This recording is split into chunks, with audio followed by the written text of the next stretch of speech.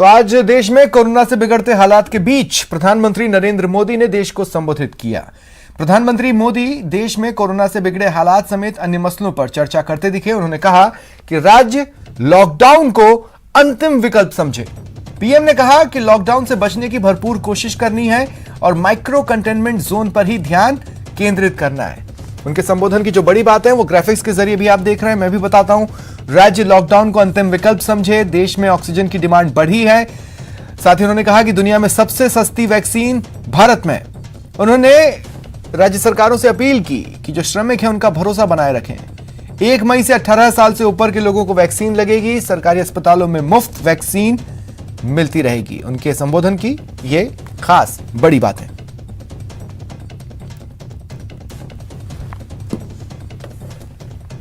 साथियों, आज की स्थिति में हमें देश को लॉकडाउन से बचाना है। मैं राज्यों से भी अनुरोध करूंगा कि वो लॉकडाउन को अंतिम विकल्प के रूप में ही इस्तेमाल करें। लॉकडाउन से बचने की भरपूर कोशिश करनी है और माइक्रो कंटेनमेंट जोन पर ही ध्यान केंद्रित करना है। हम अपनी अर्थव्यवस्था की सेहत भी सुधारेंगे और देशवासियों की सेहत का भी ध्यान रखेंगे। राज्यों और केंद्र सरकार के प्रयासों से श्रमिकों को भी तेजी से वैक्सीन लगेगी। मेरा राज्य प्रशासन से आग्रह है कि वो श्रमिकों का भरोसा जगाए रखे। उनसे आग्रह करें कि वो जहां है वहीं रहे। राज्यों द्वारा दिया गया ये भरोसा उनकी बहुत मदद करेगा कि वो जिस शहर में है वहीं पर अगले कुछ दिनों में वैक्सीन भी लगेगी और उनका काम भी बंद नहीं होगा। 1 मई के बाद से 18 वर्ष के ऊपर के किसी भी व्यक्ति को वैक्सीनेट किया जा सकेगा। अब भारत में जो वैक्सीन बनेगी उसका आधा हिस्सा सीधे राज्यों और अस्पतालों को भी मिलेगा। इस बीच गरीबों, बुजुर्गों, निम्न मध्यम वर्ग के लोग 45 वर्ष की आयु के ऊपर के व्यक्तियों के लिए केंद्र सरकार का जो वैक्सीन कार्यक्रम चल रहा है वो भी उतनी ही तेजी से जारी रहेगा। कोरोना संकट में देश के अनेक हिस्से में ऑक्सीजन की डिमांड बहुत ज्यादा बढ़ी है। इस विषय पर तेजी से और पूरी संवेदनशीलता के साथ काम किया जा रहा है। केंद्र सरकार, राज्य सरकारें, प्राइवेट सेक्टर सभी की पूरी कोशिश है कि हर जरूरतमंद को ऑक्सीजन मिले। आज मैं फिर अपने बाल मित्रों से एक बात विशेष तौर पर कहना चाहता हूं। मेरे बाल मित्र, घर में ऐसा माहौल बनाइए कि बिना काम, बिना कारण घर के लोग घर से बाहर न निकले। आपकी जीत बहुत बड़ा परिणाम ला सकती है। प्रचार माध्यमों से भी मेरी प्रार्थना है कि ऐसे संकट की घड़ी में वो लोगों को सतर्क और जागरूक करने के लिए जो प्रयास कर रहे हैं उसे और बढ़ाएं। इसके साथ ही इसके लिए भी काम करें कि डर का माहौल कम हो सके, लोग अफवाह और भ्रम में न आए। वडोदरा में वायरस की बेकाबू रफ्तार है। सीएम गहलोत ने समीक्षा बैठक की। मेयर, हेल्थ ऑफिसर, आला अधिकारियों के साथ इसमें चर्चा हुई। संक्रमण और वैक्सीनेशन पर बातचीत की गई। सीएम गहलोत ने बैठक को लेकर ट्वीट किया। उन्होंने लिखा, निवास पर वीडियो कॉन्फ्रेंसिंग के जरिए mayor, deputy mayor, local bodies के अध्यक्ष, उपाध्यक्ष एवं सीईओ, कमिश्नर, ईओ, वरिष्ठ चिकित्सा विशेषज्ञों, संबंधित विभागों के उच्च अधिकारियों, जिला स्तर के अधिकारियों, हेल्थ ऑफिसर्स के साथ #कोविड-19 के संबंध में मीटिंग की। कोरोना से जो हालात बन गए उन पर मास्क, सोशल डिस्टेंसिंग जैसे कोविड प्रोटोकॉल का पालन कर ही विजय प्राप्त कर सकते हैं। इसके लिए हमें नो मास्क नो मूवमेंट को अपना मूल मंत्र बनाना होगा। कई देशों में आमजन ने प्रोटोकॉल का पालन कर ही कोविड को हराया है। उन्होंने आगे लिखा, चाहे हम अस्पतालों में चिकित्सा सुविधाएं कितनी भी बढ़ा लें, जब तक कोरोना संक्रमण बढ़ने से रुकेगा नहीं, संक्रमण चेन नहीं टूटेगी, हम सफल नहीं हो सकेंगे। जनता प्रोटोकॉल का पूर्ण रूप से पालन करे, तभी हम कोविड की रफ्तार थाम सकेंगे।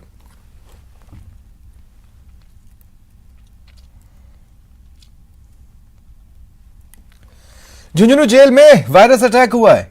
एक साथ 8 कैदी कोरोना पॉजिटिव पाए गए हैं, जिसके बाद हड़कंप मचाए। 7 कैदियों को जेल में ही क्वारंटीन करवाया गया है। 1 कैदी को बीडी के अस्पताल में भर्ती करवाया गया है। कोरोना के मामले आने के बाद 70 कैदियों का टेस्ट करवाया गया। इसके साथ ही सभी बैरक को सैनिटाइज भी करवाया गया है। डीएसपी जेल ने बताया 70 कैदियों को झुंझुनू जेल से दौसा की चालावास सेंट्रल जेल शिफ्ट करना था, इसलिए कैदियों का टेस्ट करवाया गया, जिसमें से 8 कैदी पॉजिटिव मिले।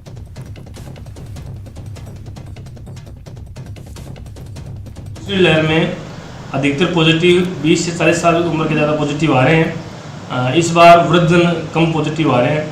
अभी आज झुंझुनू जिले के अंदर जेल में 8 पॉजिटिव आए हैं। हमने जो कैदी हैं उनमें 70 कैदियों के सैंपल लिए थे, उसमें से 8 पॉजिटिव आज आए हैं। अब लगातार उनकी कॉन्टैक्ट ट्रेसिंग की जा रही है और जो भी उनका स्टाफ है वो और जो भी कॉन्टैक्ट में उनके आए हैं उन सभी के सैंपल लिए जा रहे हैं। प्रदेश में कोरोना की दूसरी लहर ज्यादा घातक साबित हो रही है। इसे ध्यान में रखते हुए जन अनुशासन पखवाड़ा मनाया जा रहा है। बाजारों को खोलने पर पूरी तरह पाबंदी है, जिसका व्यापार संगठन विरोध कर रहे हैं। व्यापारियों का कहना है कि सरकार को आनन फानन में बाजार बंद नहीं करना चाहिए था। वहीं पहले व्यापारिक संगठनों से बातचीत होनी चाहिए थी, यह भी कहा। पिछले साल लॉकडाउन की वजह से व्यापार खासा प्रभावित हुआ। वहीं इस बार जन अनुशासन पखवाड़े में भी व्यापार पर असर पड़ रहा है।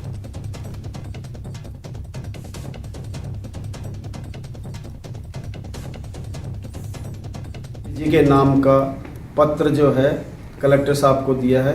हम सभी व्यापारिक संगठनों के साथ मिलकर के हम लोगों ने मुख्यमंत्री जी से एक निवेदन किया है कि लगातार पहले 13 महीने से हमारा व्यापार बिल्कुल ठप हो चुका और हमने अपना भाड़ा, दुकान का, घर का, साथ ही स्कूल की फीस, स्टाफ की तनख्वाह, बिजली का बिल, अन्य प्रकार के खर्चे हमने किए, जो कि हमको 1 रुपए की भी इनकम नहीं के बराबर हुई।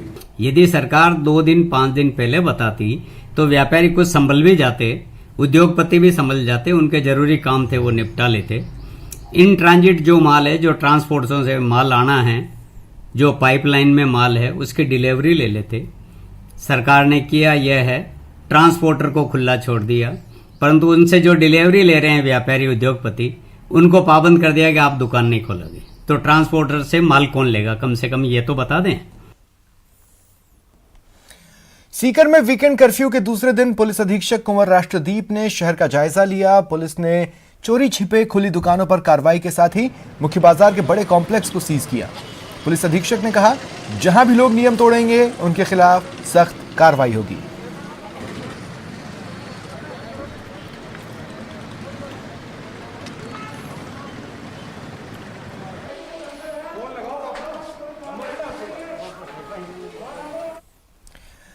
बात करते हैं कोरोना पर्यटन पर। कोरोना कर्फ्यू के वार की स्वर्ण नगरी जैसलमेर में पर्यटन पर कोरोना का ग्रहण लगा है। हाल यह है कि कोरोना की वजह से 1200 करोड़ की आमदनी वाला पर्यटन उद्योग ठप पड़ा है। स्वर्ण नगरी के पर्यटन पर स्वर्ण नगरी की आर्थिक स्थिति को मजबूत बनाने वाला पर्यटन अब खुद कहीं ना कहीं जो है वो ठप हो चुका है। 1200 करोड़ की आमदनी देने वाला पर्यटन व्यवसाय कोरोना के चलते अब ठप है और हर कोई जो मायूस नजर आ रहा है, क्योंकि जैसलमेर की 70% जनता सीधी और 30% जनता अप्रत्यक्ष रूप से पर्यटन पर जो है वो स्थापित थी। लेकिन वीकेंड जो टूरिज्म आ रहा था, वीकेंड कर्फ्यू के बाद वो भी बंद हो चुका है और पिछले 1 साल से कोरोना के चलते पर्यटन व्यवसायियों के चेहरों पर चिंता की लकीरें साफ देखी जा रही है।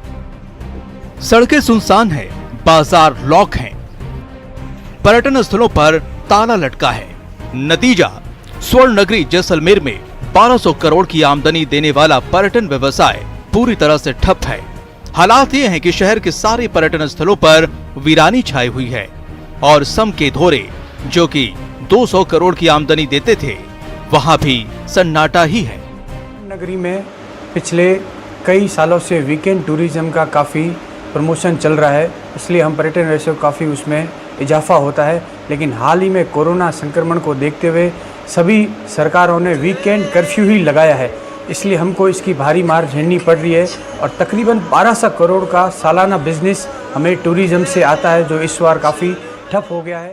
शुक्र शमी अदीद को जो गुजरात, पूना, महाराष्ट्र से जो पर्यटक आते थे, लेकिन अब वो कोविड के चक्कर चलते एवं कर्फ्यू एवं लॉकडाउन के चक्कर में अब वो भी आने बंद हो गए, जिससे जो थोड़ी बहुत राहत मिली थी वो राहत मिलने भी मुश्किल हो गई है, करीब करीब बंद के कगार पर है। दरअसल जैसलमेर की 70% जनता पर्यटन क्षेत्र से सीधे जुड़े हैं, तो 30% अप्रत्यक्ष रूप से।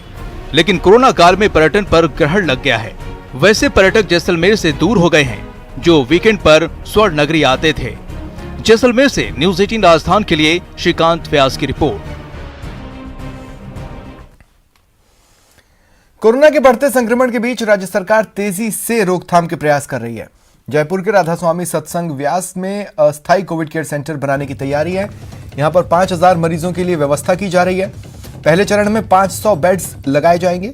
वैकल्पिक तौर पर ऑक्सीजन बेड्स के साथ साथ मरीजों के खाने पीने की सारी व्यवस्था यहां होगी। जयपुर जिले के कोविड नोडल अधिकारी और जेडीसी गौरव गोयल ने राधा स्वामी सत्संग व्यास का दौरा किया। उन्होंने बताया कि ऐसे मरीजों को यहां रखा जाएगा जो होम आइसोलेशन में हैं या फिर जिनके पास घर में जगह या सुविधाएं नहीं है।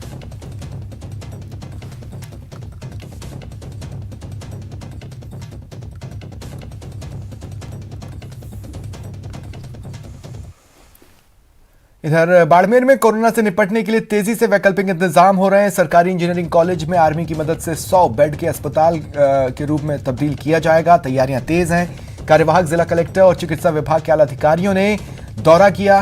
इंजीनियरिंग कॉलेज के एडमिन ब्लॉक के 6 बड़े हॉल में मरीजों के लिए व्यवस्था की जाएगी।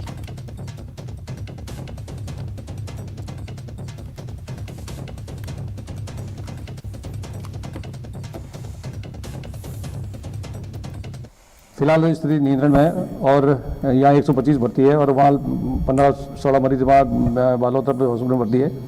और अभी कोरोना पेशेंट काफ़ी बढ़ गए। कल भी 101 पॉजिटिव है, आज भी लगभग 100 के आसपास पॉजिटिव आए। इसको देखते हुए हमें और बेड और की जरूरत है। इसको देखते हुए कलेक्टर साहब ने आज इसको निरीक्षण किया है इंजीनियरिंग कॉलेज का। उसमें 213 ऑक्सीजन सपोर्टेड बेड अवेलेबल हैं और उसमें से आज की डेट में 125 पेशेंट एडमिट है ऑलरेडी।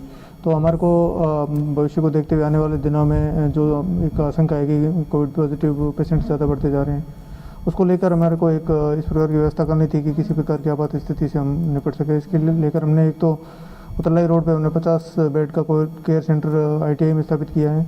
इस कोविड से निपटने के लिए वो हर संभव तैयारी में जुटा हुआ है और आज बाड़मेर जिले के जिला कलेक्टर और अतिरिक्त जिला कलेक्टर के साथ में प्रशासनिक व चिकित्सा विभाग के अधिकारी भी यहाँ पर पहुंचे हैं इंजीनियरिंग कॉलेज। और ये इंजीनियरिंग कॉलेज अगले कुछ ही दिनों बाद में कोविड वार्ड में तब्दील हो जाएगा, जहां 100 वार्ड का एक हॉस्पिटल यहाँ पर बनाया जाएगा आर्मी की मदद से, ताकि किसी भी मरीज को किसी भी तरीके की ऑक्सीजन की या चिकित्सा व्यवस्था की कमी के कारण जूझना न पड़े। कैमरामैन मनमोहन के साथ प्रेमनंद देथा, न्यूज़ 18 बाड़मेर। कोरोना के बढ़ते संक्रमण के मद्देनजर बाहरी राज्यों से आने वाले लोगों की ट्रेसिंग के लिए सरकार ने दूसरे राज्यों से लगती सीमाओं पर चेकपोस्ट बनाया है। लेकिन बारां जिले की छबड़ा में खुलेआम नियमों की अनदेखी हो रही है। कोटा संभागीय आयुक्त कैलाश चंद मीणा ने गुगोड़ चेकपोस्ट का दौरा किया। भारी अव्यवस्थाएं दिखी। न तो पुलिस तैनात थी, न ही सही से चेकिंग हो रही थी। इस पर संभागीय आयुक्त ने SDM को जमकर फटकारा। साथ ही व्यवस्था ठीक नहीं होने पर सस्पेंड करने की चेतावनी दी। हालांकि कई बार संभागीय आयुक्त मर्यादा लांघते नजर आए। एक वीडियो सामने आया है जिसमें आप देखेंगे किस तरह से संभागीय आयुक्त SDM की क्लास लगा रहे हैं। आपने क्यों नहीं करी पुलिस की व्यवस्था? जो सिम्टोमेटिक लोग हैं उनको अपन सैंपल के लिए एडवाइस करते हैं सर। आपने पुलिस की व्यवस्था क्यों नहीं करी? आपने एसडीएम यहाँ पर क्यों नहीं यहाँ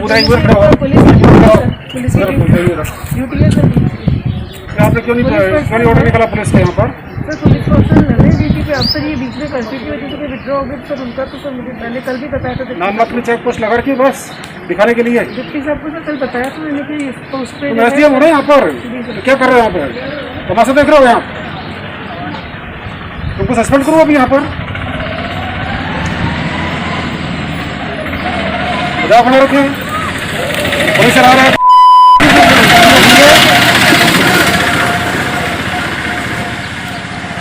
कोई एंट्री नहीं, कुछ नहीं, कोई हिसाब नहीं, कितने लोग आ रहे हैं एमपी से, पॉजिटिव लोग आ रहे हैं यहाँ पर, और उसका बढ़ रहा है तुम्हारा ग्राफ। जब तुम्हारा ऑक्सीजन नहीं मिलेगा तुमको यहाँ पर, छबड़ा के लोगों को, तुम मरोगे यहाँ पर। जब पता लगा वहाँ झालावाड़ क्या पोजीशन मालूम है, 50 पेशेंट में से 40 एमपी के हैं। तुमको होश नहीं है अभी तक। ये बिठा दिया लूले लग रहे बस, एक पंचायत सहायक बिठा दिया, एक ये बाबूजी बिठा दिए, एक ये मेडिकल बिठा दिया। हो गया टीम हमारा पूरा कंप्लीट। ये आपका इंटरेस्टेड चेक पोस्ट हो गया। आज व्यवस्था कर दिए पूरा, समझ गया नहीं? मैं शाम को सस्पेंड करूँगा तुमको। तुम एसडीएम है यहाँ पर।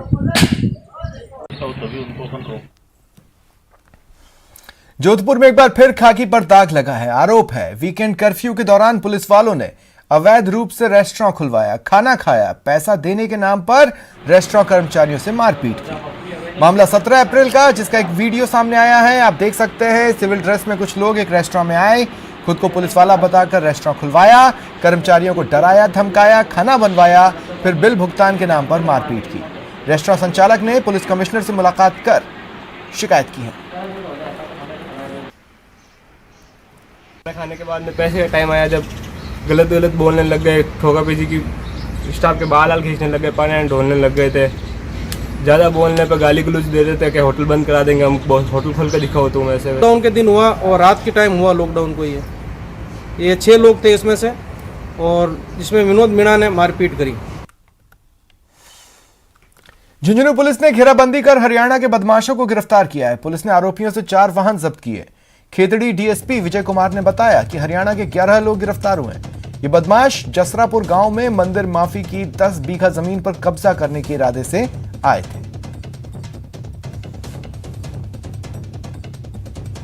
तो खेतड़ी को सूचना मिली कि हरियाणा की तरफ से कुछ बदमाश लोग 6 गाड़ियों में भर के और कोई वारदात करने के लिए खेतड़ी में आए हैं। इस सूचना पर कंट्रोल रूम को अवगत कराया, उच्च अधिकारियों को इसके बारे में बताया गया और उनके निर्देशन अनुसार सभी जगह नाकाबंदी की गई। नाकाबंदी के दौरान 11 व्यक्तियों को गिरफ्तार किया गया एवं उनसे 4 गाड़ी बरामद की गई।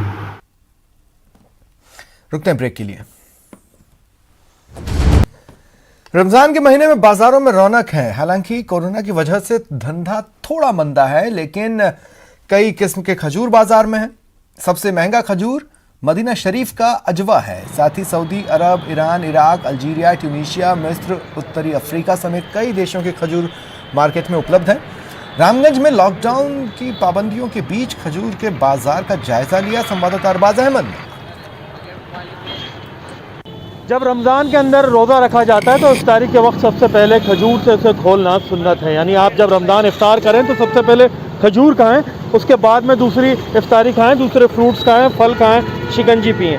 लेकिन जो खजूर है उसका अपना एक अलग महत्व है, क्योंकि रमज़ान में इफ्तारी चाहे कितनी ले ली जाए, जब तक खजूर इफ्तारी में ना हो पूरी इफ्तारी मुकम्मल नहीं होती, इफ्तार मुकम्मल नहीं होता। राजधानी जयपुर में रमज़ान की शुरुआत के साथ ही जो खजूर की दुकानें हैं वो सज गई। आप देख सकते हैं कि करीब 50 से 60 अलग अलग तरह की वैरायटी अलग अलग मुल्कों की यहाँ पर खजूर मौजूद है, जिसमें ज़्यादातर खाड़ी देशों की है, जिसमें ईरान, इराक, सऊदी अरब, दुबई, आबू धाबी, कई मुल्कों की यहाँ पर खजूरें मौजूद हैं, जो कमोबेश 80 रुपये किलो की एक सादा खजूर जो कि राजस्थान के, हिंदुस्तान के मुख्तलिफ इलाकों से आती है, उससे शुरुआत होती है। और सबसे महंगी यहाँ पर अजवा खजूर है, जो कि सुन्नत बताई गई है, दिल से लेकर कई दूसरी परेशानियों और शहर जादू वगैरह में काफ़ी मुफीद बताई जाती है अजवा खजूर।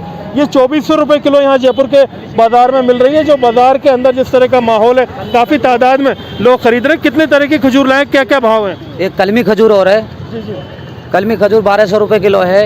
एक कीमिया है, ये गोल्ड कीमिया है, बम कीमिया है, डेट क्राउन है, प्रीमियम है, सब प्रकार की खजूरें उपलब्ध है यहाँ पर। सब तरह की हैं। क्यों चाचा आप लोग इफ्तार में क्यों काम में लेते हैं खजूर को, क्या वजह होती है? ये लेते हैं, बच्चों को देते हैं, मतलब रोजा खुलवाते हैं इनसे। रोजा खोलने में सुन्नत है, जरूरी है? रोजा खोलने से पहले। जी बिल्कुल, आप बताइए। रोजा खोलने में सुन्नत है, सुन्नत है, तो ये इफ्तार के लिए जरूर लेते जाना पड़ता है। तो ये है क्योंकि जब तक खजूर नहीं होगी इफ्तार नहीं होगा। ऐसे में राजधानी जयपुर में अगले 1 महीने खजूर के बाजार में काफ़ी बहार रहेगी। 80 रुपये किलो से लेकर के कमोबेश 2400 से 3000 रुपये किलो तक की अगर देखा जाए 50 से 60 किस्मों की खजूरें यहाँ पर मौजूद हैं और इसी तरह की बहार इन खजूरों पर देखने को मिलेगी। अरबाज अहमद, न्यूज़ 18 के लिए जयपुर से। रहे नेटवर्क 18 की खास पहल ITC प्रेजेंट्स स्वाभिमान भारत के साथ। फिलहाल इतना ही, नमस्कार।